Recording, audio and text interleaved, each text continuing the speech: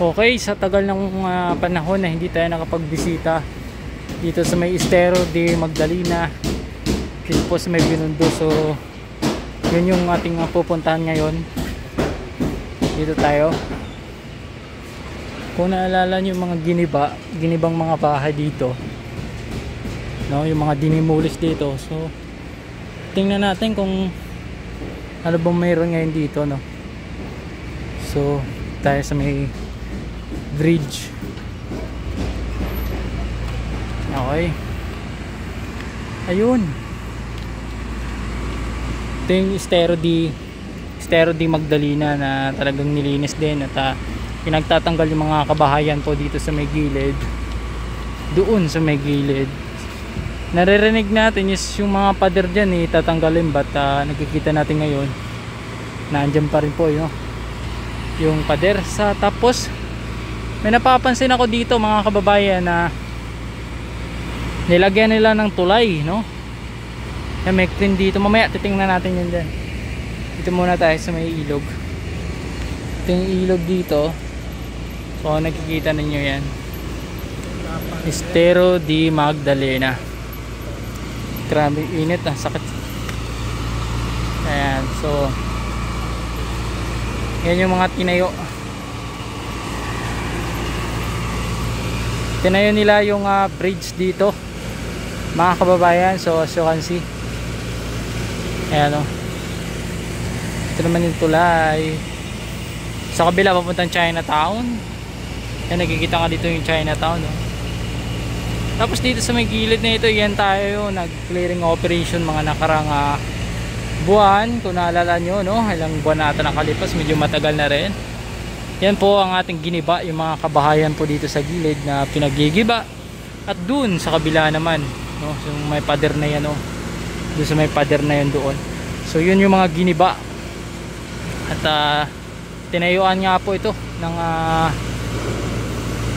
tulay papunta dito sa may building na ito, no. So okay naman. Dito medyo mayroong kaunting basura, pero sinusunod din ng ating DNR linisin itong mga basura dito sa may gilid, no? Alright, grabe medyo may timitim siya. Tayo sa may Binondo, Hongbon Bridge. Ayan yung Hongbon Bridge. Ayan. Grabing init doon. Pag diniretso mo to, papunta na yan ng Plaza Binondo sa may simbahan. Diretso tayo.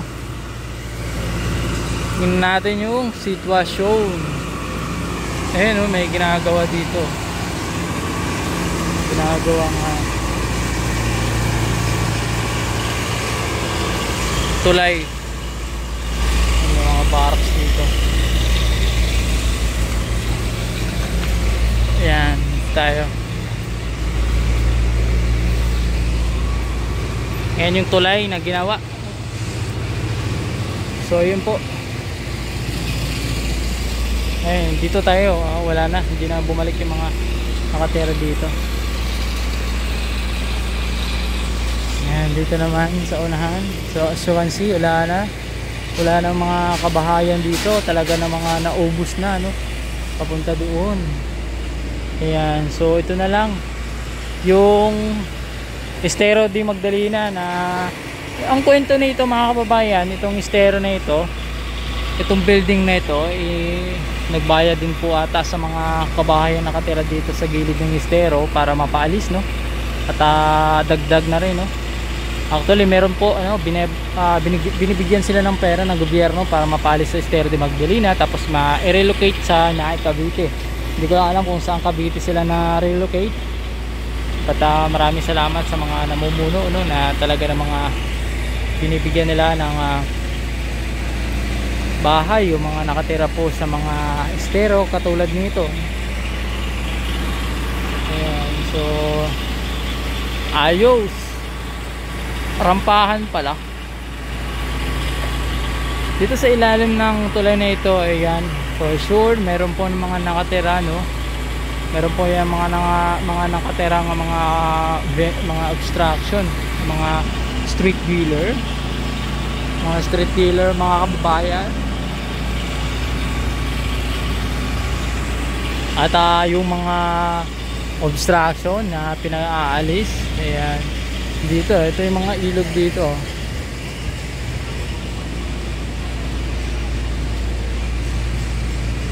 Ayan, nakikita niyo yung mga ilog na yan.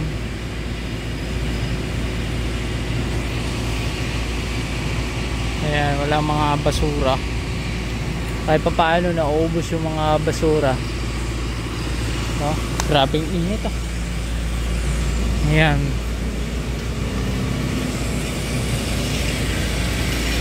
Alright. So hanggang dun sa kabila yan, ubusin yung mga nakatira pa dito. Konti lang din naman na sila. So konti lang, maubos na. So in-update ko lang, no, yung itsura ng estero dito na giniba. Yung mga pabahay dito sa gilid ng estero na ginigiba. At ito nga po ang nangyayari ngayon. May tulay pala, no, nilagyan pala ng tulay. Isa na namang estero ang nasakop. At ulit, Chinese po ito mga kababayan. May ari ata nito, Chinese, no? May mga basketball court dito, oh. Ayan. So kitang-kita nyo ngayon. Ayun. Ayan. Laki. Hindi lang natin kasi makita yung sitwasyon dun sa may kabila kasi may mga gumagawa kasi, mga kababayan. For safety, alam niyo naman, oh. So balik tayo.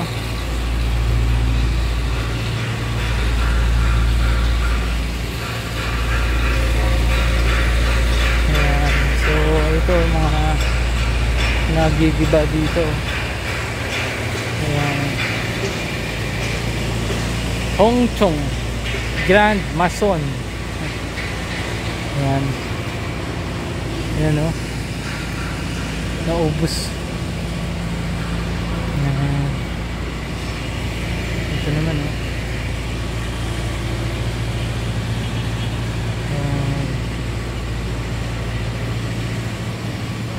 Binundo lang to mga kababayan, ha. Sa Binundo lang to, ha.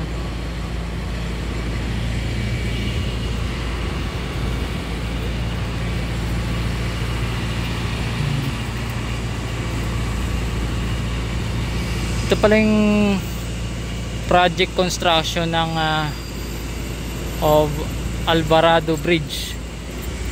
Ito siya, Alvarado Bridge, location Estero de la Reina, near Alvarado Street, Binondo, Manila. Ayan, o. Tapos may nakalagay dito DEPW clearance. Ayan, December 18, 2017.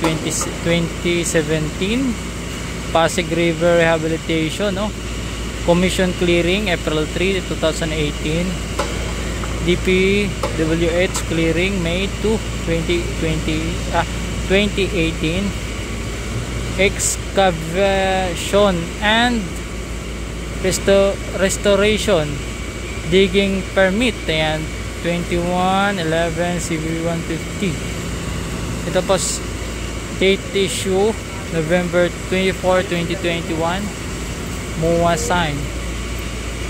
Ayan, City of Manila MMDA clearance. Ayan, January 18, 2022, July 11, 2022. Ayan, so yan ginawa, umpisa nitong paggawa dito. Ayan, at saka yung pagwasak ng mga kabahayan sa may gilid.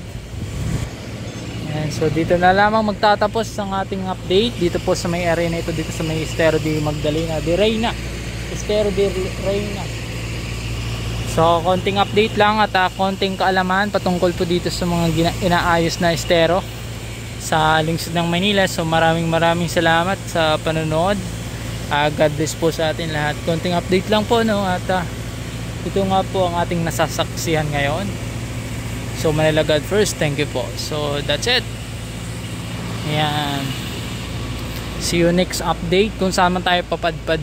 Actually gusto ko puntahan yung mga na-demolish, yung mga nare-relocate kung sa Cavite.